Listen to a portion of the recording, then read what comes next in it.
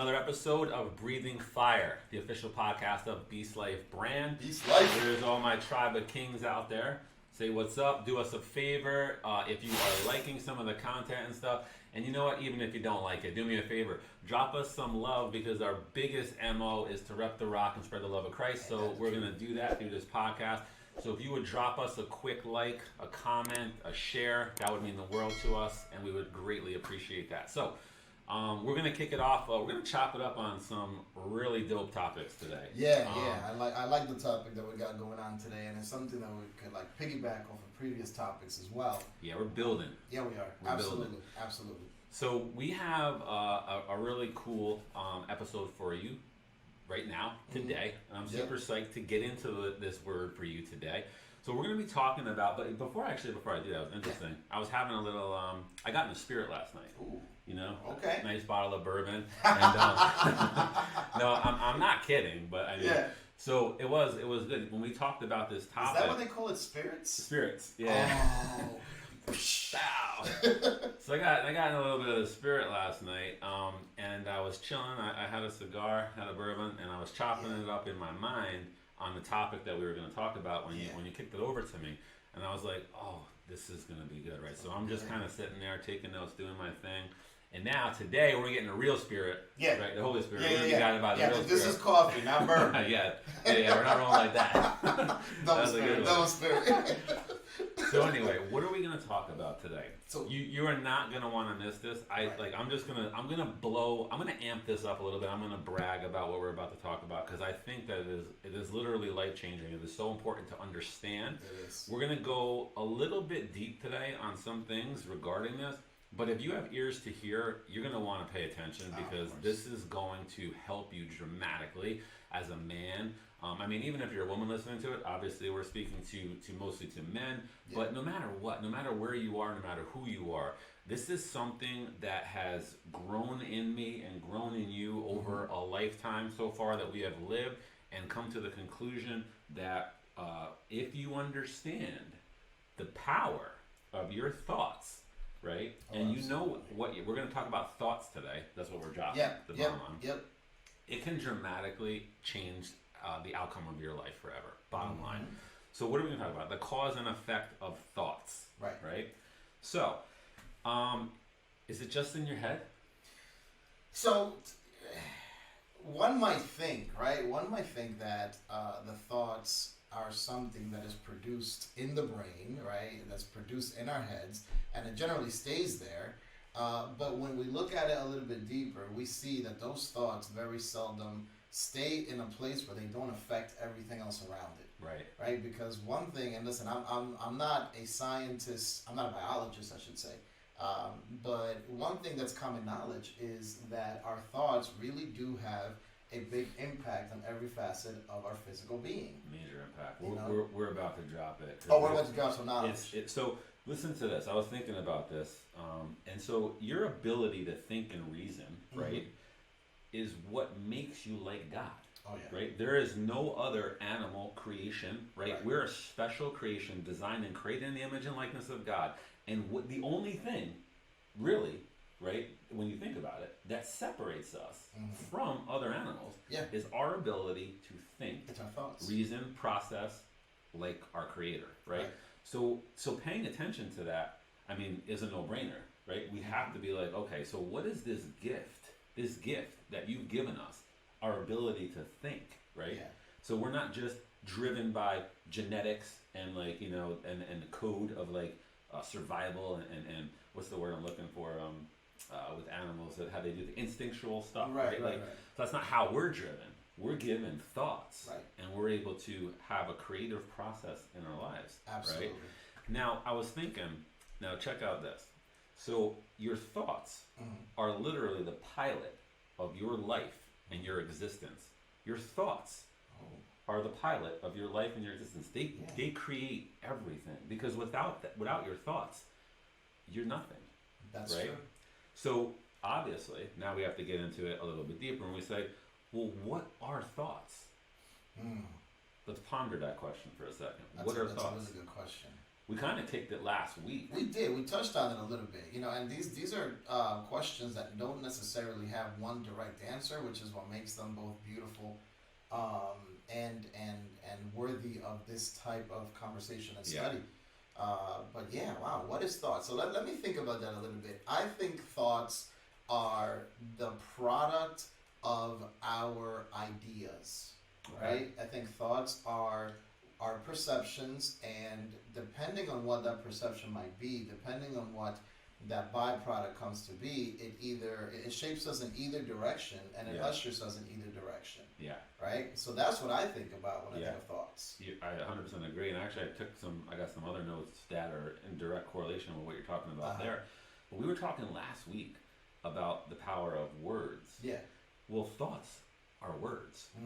Right? Oh, yeah. I mean, you can't have a thought without a word. Right? Thoughts are words. Like an internal monologue. Right, exactly. So thoughts are words, right? And we were talking last week about this, and we were talking about, well, what's the power of words? So what's the power, what's the effect of the words that you're thinking? We touched on this a little bit last week, but literally, words create or destroy. They do. So the thoughts that you're having in the form of these words are either creating or destroying the life that you are trying to design and live and create. Exactly. Right?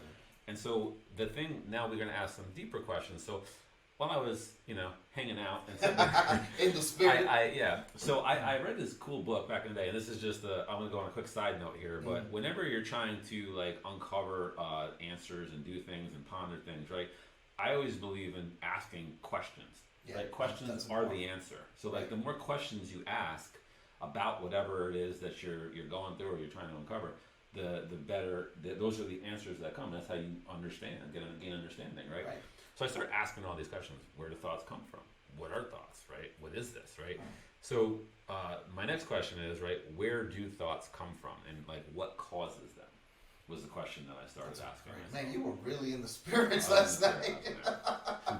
Love that. Yeah. So in the answer that I came up with that. So you wonder, so we're literally talking right now. We all think. Right?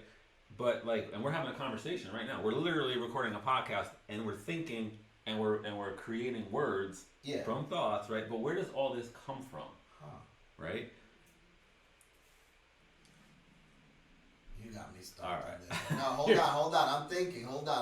Either that or I'm really focusing on that spider in the corner. It's the ADHD in me, right? Thoughts, I believe thoughts come from the subconscious. I believe thoughts come from a place within us that we very seldom visit. Right? And which is why they're so hard to understand and they're so hard to process, because we don't necessarily understand that part of our being just yet. And it's usually the spiritual being at the soul level. But don't you have to program your subconscious for it to spit something back out to you? Absolutely. So here's where I was going with this, right? So think about this, and you let me know if you agree. So I've been a big believer on this, and this is something that we always teach and talk about. But the thoughts come from your programming of all forms. Right. Of all forms. Oof, so that could be your experiences. It could be your teachings, like this one right here. It could be your beliefs, right, and your faith. It could be your sphere of influence, the proximity of the people that you surround yourself with and hang out with.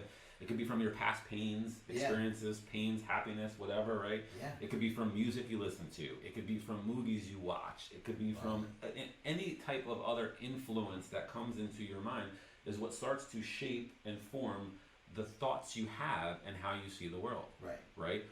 And we're gonna have a lot of fun today, because we're gonna go and really get into an understanding of this, because I was getting super excited as I was thinking, and this was coming. So all of your program, it's a super important topic. It's literally the root of all creation. It's the root of why you're here. It's the root of your existence, right? Is your thoughts, because without it, we are nothing. Right. Well, think about it, man. Everything that we see here, right? Everything that you see, very few things in our existence started out without a thought behind it. Yep. So thoughts leads to creation. Someone had to make this coffee cup. No, it's Someone true. had to make this computer, this camera, these mics, right? And it all came from thoughts. Yeah, maybe even us, ourselves, our parents wanted us, and they had the thought, I think I want a child. They might have been a little carnal. A little bit. Maybe they were in the spirits too. They were thinking with the wrong head, but hey. They were scared. Exactly. I mean, No, they weren't but- expecting something like this handsome. but hopefully we were wanted. Hopefully we were wanted. I mean, I don't know. Sometimes I gotta ask my mom that question. But the point is that everything that's created, more often than not, starts with a thought. Yes. Right? And we Yes. can take this in 100 different Yes. directions, but we don't have time today. We could definitely Yes. piggyback off of that at some other point. Yeah. So let me ask another question. Yeah. So if all thoughts come from, you know, like your programming, your experiences, and Right. everything what you learn, so then it's a simple question, but and I think it's a pretty simple answer here. So how do you control those thoughts? Like, how do you make them better if you don't like let's just say right now you don't like the thoughts you're having.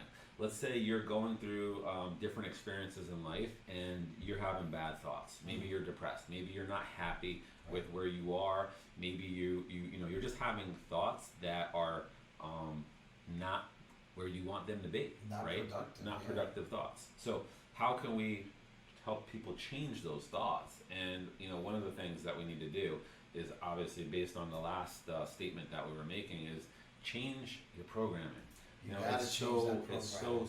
It's such a simple idea, Yeah. so easy to just pass by, right? Yeah. But did you know that the computer was invented based upon the human brain? No kidding. No kidding. The RAM, right, is like your subconscious mind. Really? You have your processor. Yep, you have.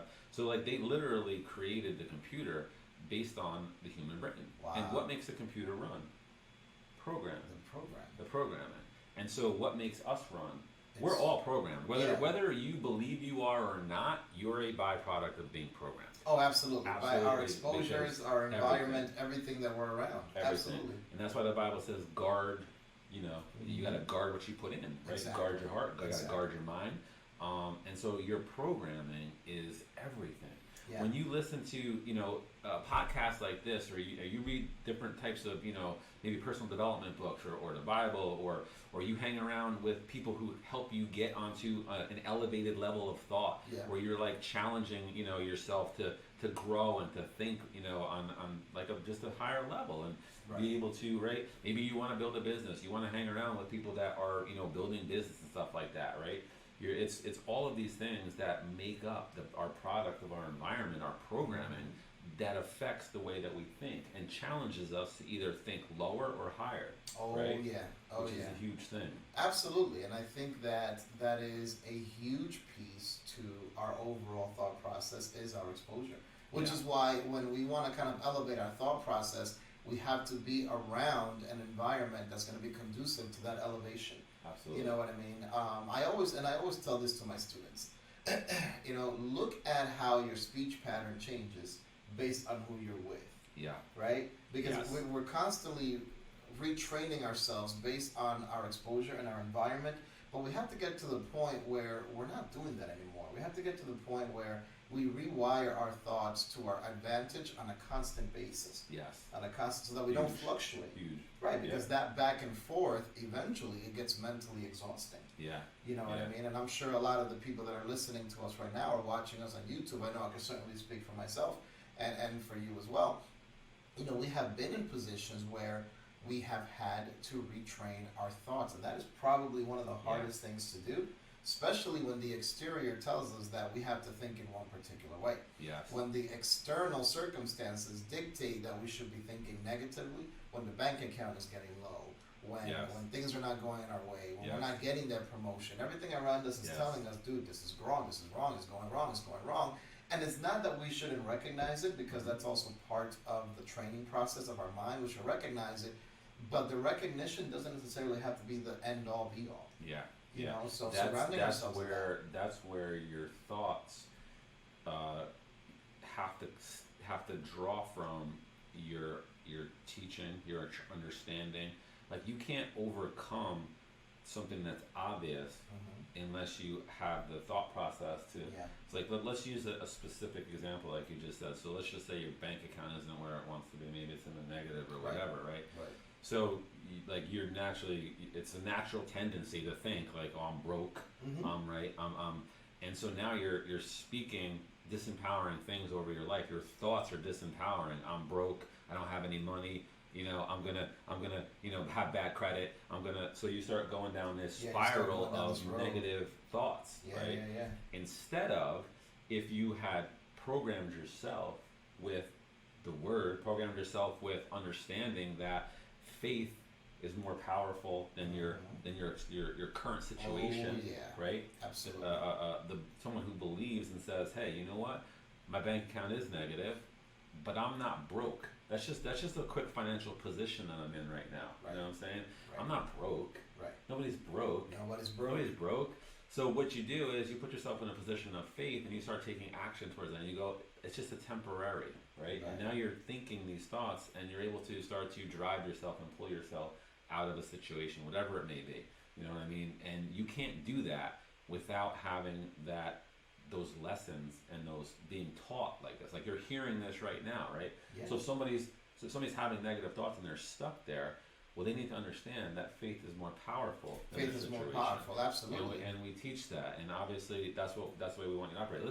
I was thinking about this, like it blows my mind too, because like so we get spit out of the womb as a baby. Yeah. Now let me ask you another question, right? Can babies think? Huh. I mean, I think so.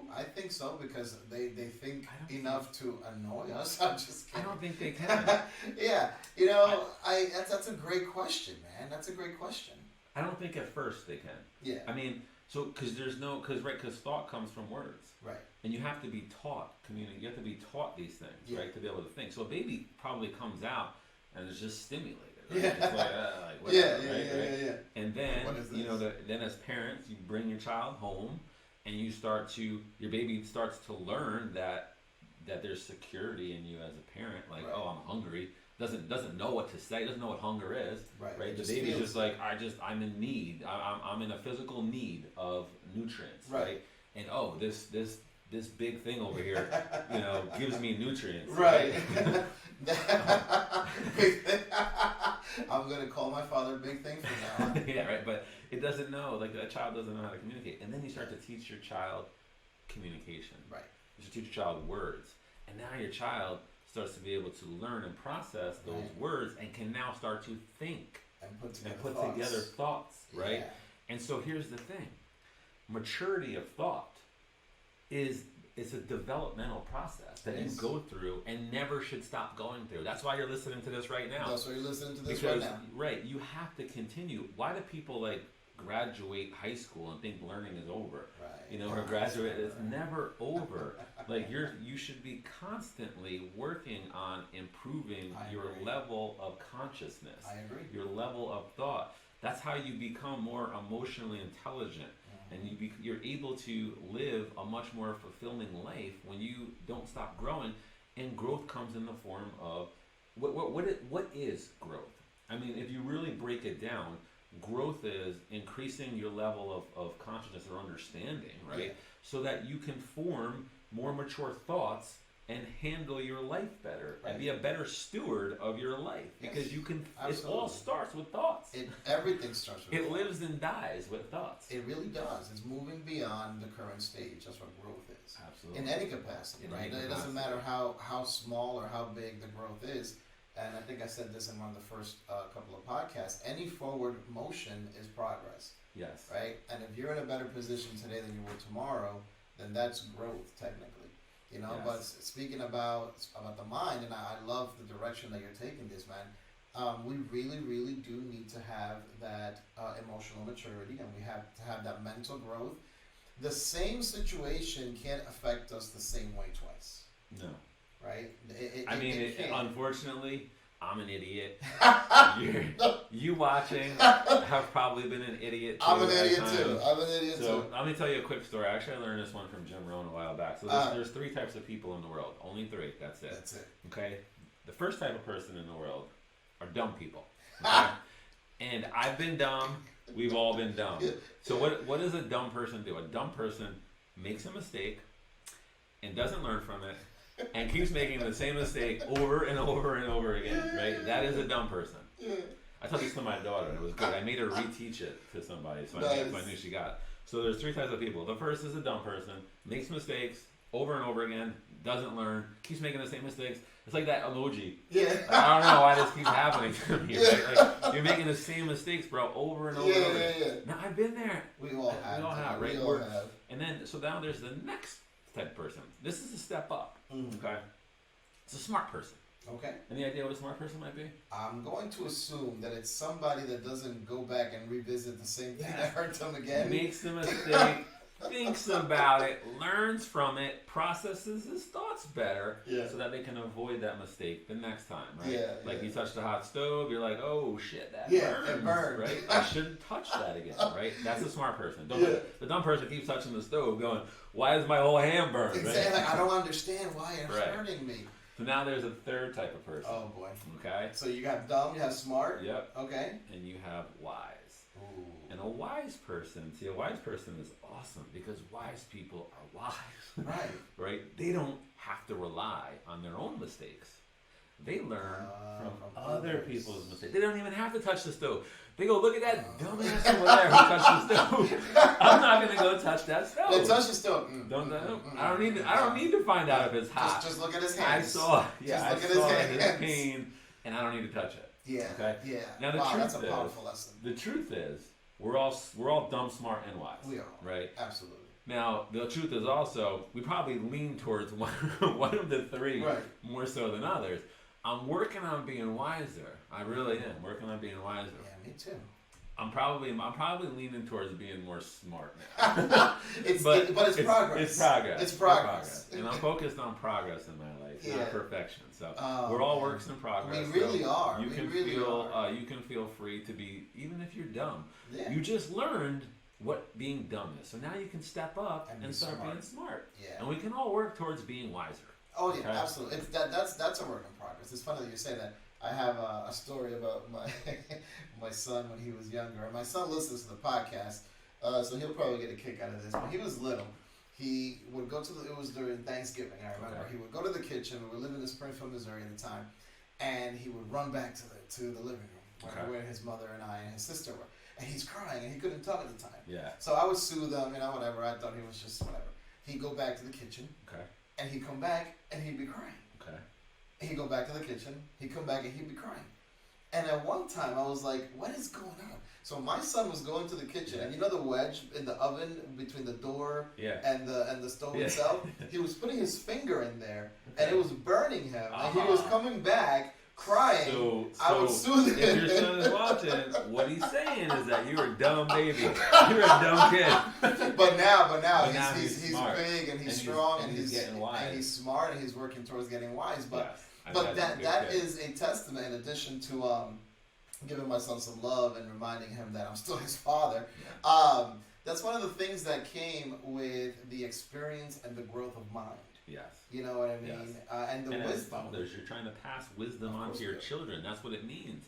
Don't make the same mistake as me, bro. Don't make this. And dude, look, I'm showing you. I got burned here, right? Don't do it. Take a different path. Don't do this. I'm gonna save you the pain of making that mistake. Right, but his sister was wise. She didn't touch that stove. She was smart. She learned from his mistakes. She's definitely a smart cat. She's wise. So the question then that I have, right, having gone through the process myself and still going through the process of retraining my thought and redefining my psychology, so to speak. Yep.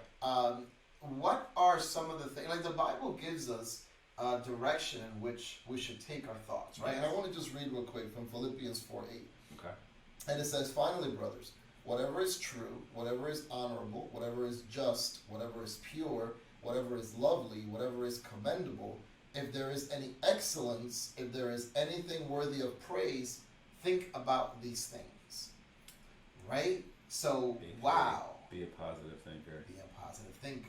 Think about those things. Be a faith-based thinker, right? Be a positive thinker.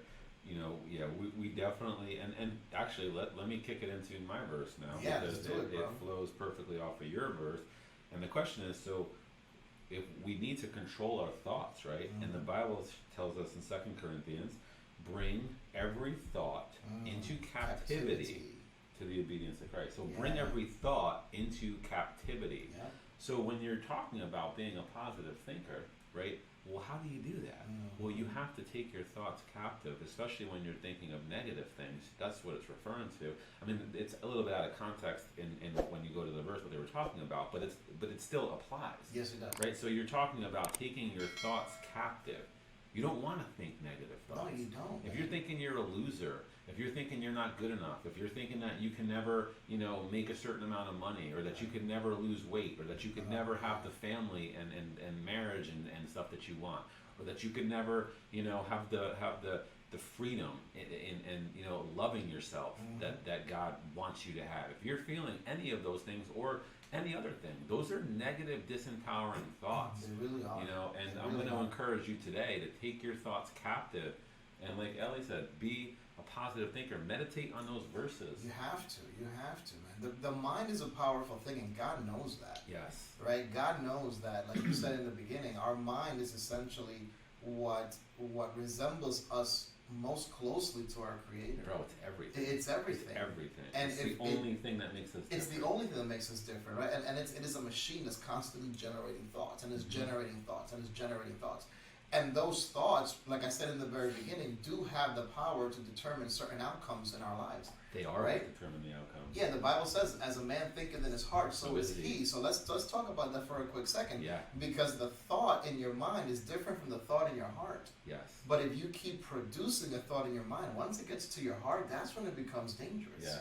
There's a saying that I say too. The mind justifies what the heart desires. Oh, yeah. The mind tries to always justify what the heart desires. Yeah. You gotta be careful. You gotta be careful. Because that's where you start to justify things that may not be beneficial for you. Yeah. Because your heart may not desire what is good for you. Okay, Yeah. let's just be realistic. No, it's true. You it's have true. desires sometimes that are not beneficial to you, right? And if your mind, it does play tricks on trying to justify what your feelings, what your heart desires, right? So that's just another little tidbit on a side note of what you were saying. I got something that I want to talk about really quick here that I think is I think this is probably going to be the most important thing that we've said up into this episode up to this point, right? Right.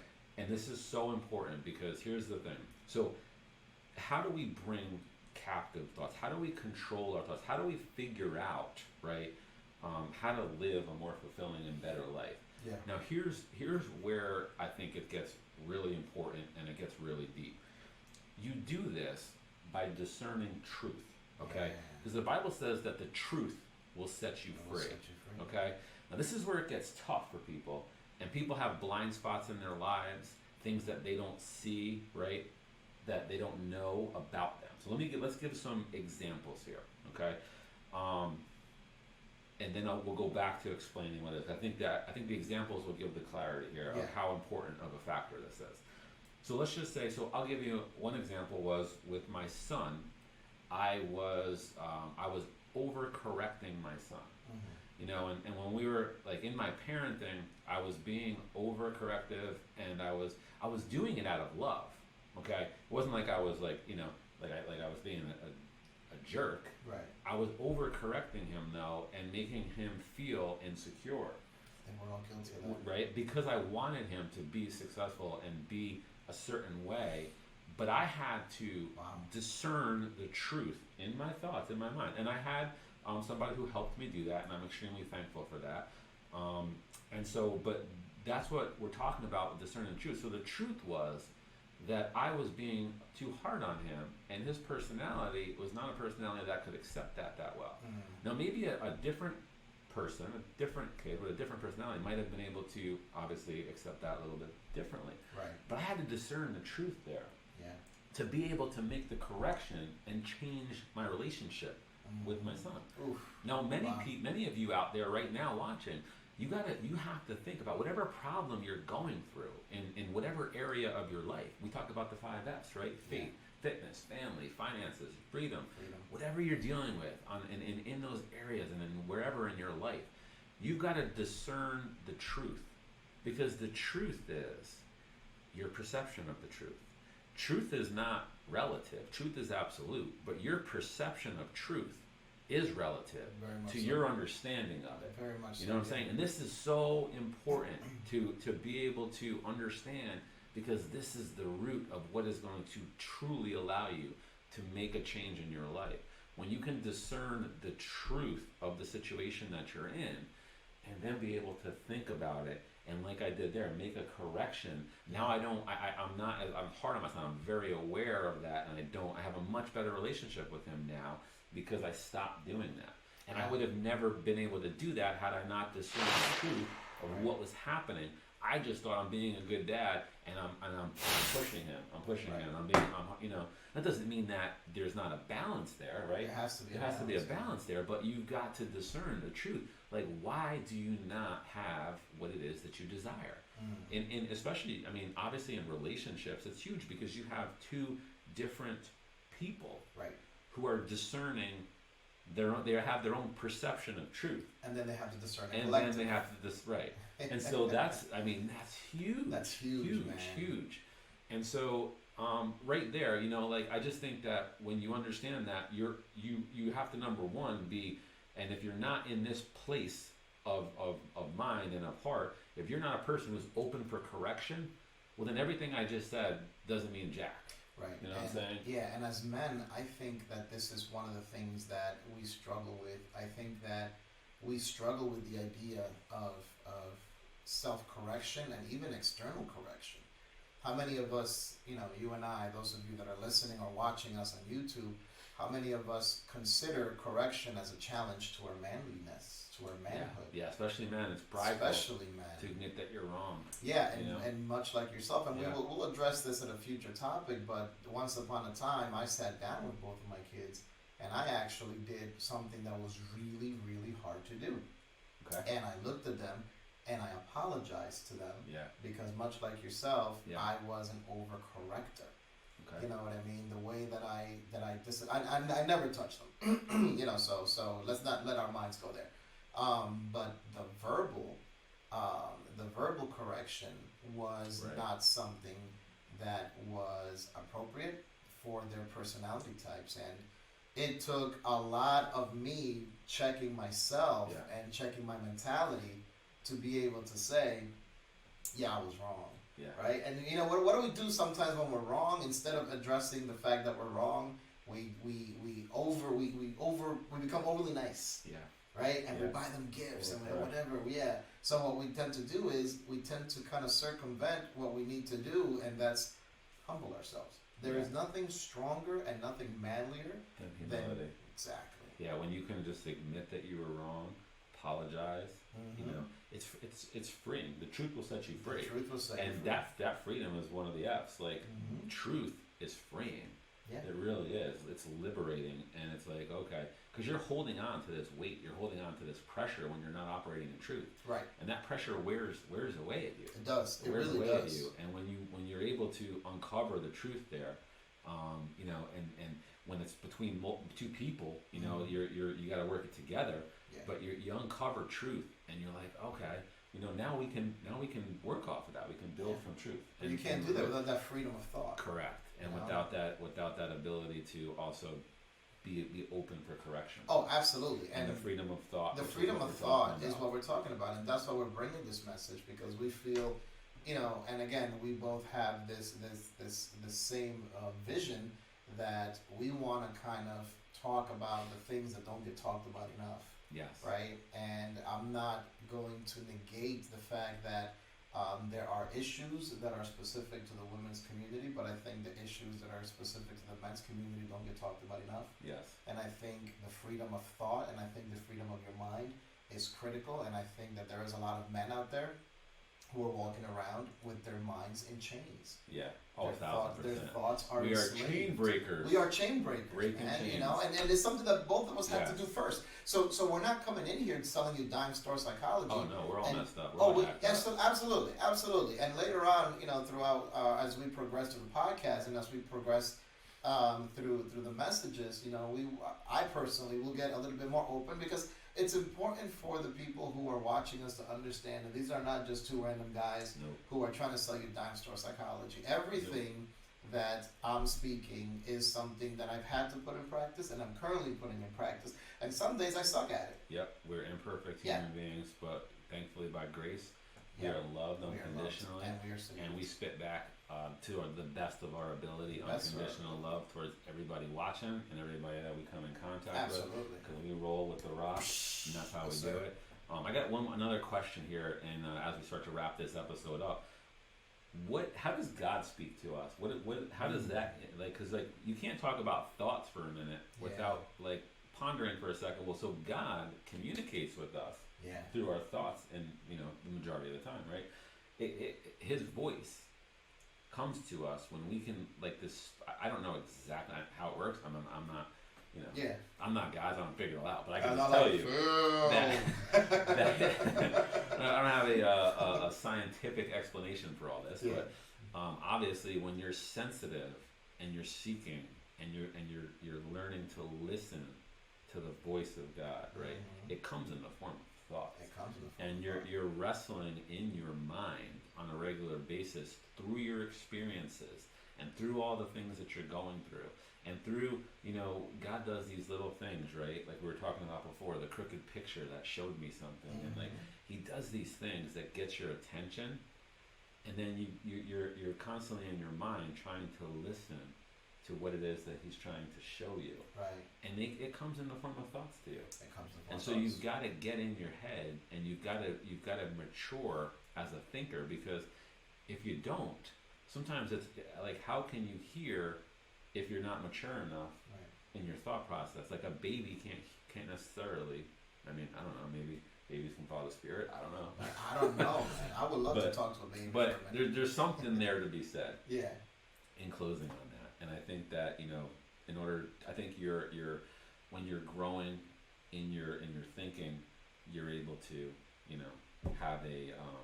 And I'm not saying you don't have a relationship with God. Yeah. By any means. No, of course. If you're not as advanced in thought or whatever, but we're talking about obviously advancing, your thought and getting to that point. Yeah, so that you can live a better life, right, and also receive and understand the things of the kingdom better. Absolutely. So that's what it comes down to. So in a recap here. Yeah. You want to recap it? Yeah, let's recap, man. The thoughts that we produce oftentimes produce certain outcomes in our lives, right? The more positive the thought, the more positive our outlook, which means the more positive our experience is going to be. Now, again, I want to reiterate that does not mean that certain things aren't going to suck big time, because they are, right? Absolutely. They are. Yeah, but what happens on the inside of us is more important than what happens on the outside of us. And that's a process. God gives us a guide of things that we should think about. Revisit Philippians 4:8 if you kind of want to see an idea of what it is that God wants from our mind. And generally speaking, whatever it is that we think, we become. And please, let's be very careful that our thoughts, the negative thoughts, don't go into our hearts. Because the Bible warns us about that. That's where you need to guard your heart. That's where you need to guard your heart, right? As a man thinketh in his heart, so is he. So if your heart starts to think that I'm a loser, I'm not worthy of this, I'm not good, you're definitely not a loser. Hell no. Man, you were. There was another guy I was friends with back in the day. He said, how did this saying go? Champions are born, losers are made. Is the way that he worded it. I love that. So God made you a champion from birth, right? Yeah. Like losers are made. Like that's something that's learned. It's developed, and it's developed through your thoughts. Having a loser mindset, right? It's not about how much money you have in your bank account. No, it's not about how much materialistic stuff you have or what level of success you achieved. Although those are all good things, and we talk about those, and we want to help you be more financially successful, more successful in every area. But that's not what we're talking about here. We're talking about the fact that you are a special creature that God created in His image and likeness. Oh yeah. And He gave us this ability to think and reason. And that's how we're like Him, and in one of the ways, right? We have emotions and other things, but that is such a powerful concept to understand that God made you, He loves you right where you are, no matter what, and He wants to take you and level you up and continue on your journey, with Him. So it's a superpower. It's a superpower. It's a superpower, and I know we're getting ready to close, but I just kind of want to leave the folks with this. there is a medical condition called pseudosciasis, right? Okay. And pseudosciasis is a perfect example of how powerful the mind is, right? Pseudosciasis is also known as a false pregnancy. Okay. It's a condition where the brain tricks the female body. That's into not one thinking- of these new political things. Oh no! It's actually no. It's actually a medical condition. No. It's actually a thing. So Just for it's- the record, men can't get pregnant. In case you were wondering. I might look like I'm pregnant, but you know. We're gonna. That's part of our. Oh, we started this week. Yeah. Oh, you just wait. We got so much in store for you guys. You know, but the condition essentially tricks the human body into the female body into thinking that it is pregnant to the degree where everything that a pregnancy does to the female body starts to happen, with the exception of a fetus being developed, Wow. and that all happens with the brain. Wow. Yeah, So like, it's all that's mental. yeah, it's all Wow. mental. So like, you know, the breast will start to lactate, they start to get tender and swollen. The abdomen will start to extend. You know, menstruation will cease, Wow. and that is all generated by the brain. So that's how powerful the brain is. Yeah. Oh, it's super powerful. It's so powerful. So much more powerful than you probably realize. That it's more powerful than I realize and you realize. Right. That is the thing that brings us as close to the Creator. Like, I mean, that's a superpower. Yeah. And we need to recognize that and acknowledge that and do what the Bible says. We've got to train our minds the right way. We've got to program our minds the right way. We are all creatures of programming. Right. And we need to make sure that we're putting good things in, like what you're listening to right now, and that we're hanging out with good people. The programming is the most important thing for you to understand, because that's where it lives and dies. If you do nothing but put garbage in, like Zig Ziglar said, garbage in, garbage out, you're not gonna get the right proper thoughts. You've got to put good positive things in. So we're gonna sign off on that note. What you can do this week is go put in mental nutrition, mental nourishment. Challenge yourself to read something or hang around with certain people, listen to certain things like that challenge you to think deeper, that challenge you to get more advanced in your thought process, right? Maturation of thought. And so I don't even think we introduced ourselves today. So I am your host, Fired Up Phil. I'm here with my homeboy, The Professor. The Professor. Do us a quick solid and go like, share, and comment on this. Help us spread the love and rep the rock. We love you guys. This is we're signing off on Breathing Fire right now. Yes, we are. We're gonna go kick it and have some fun, I think. Peep the site. Yeah. Check out our Facebook page. Drop us some comments. We love hearing from you guys. Absolutely. Peace out. God bless.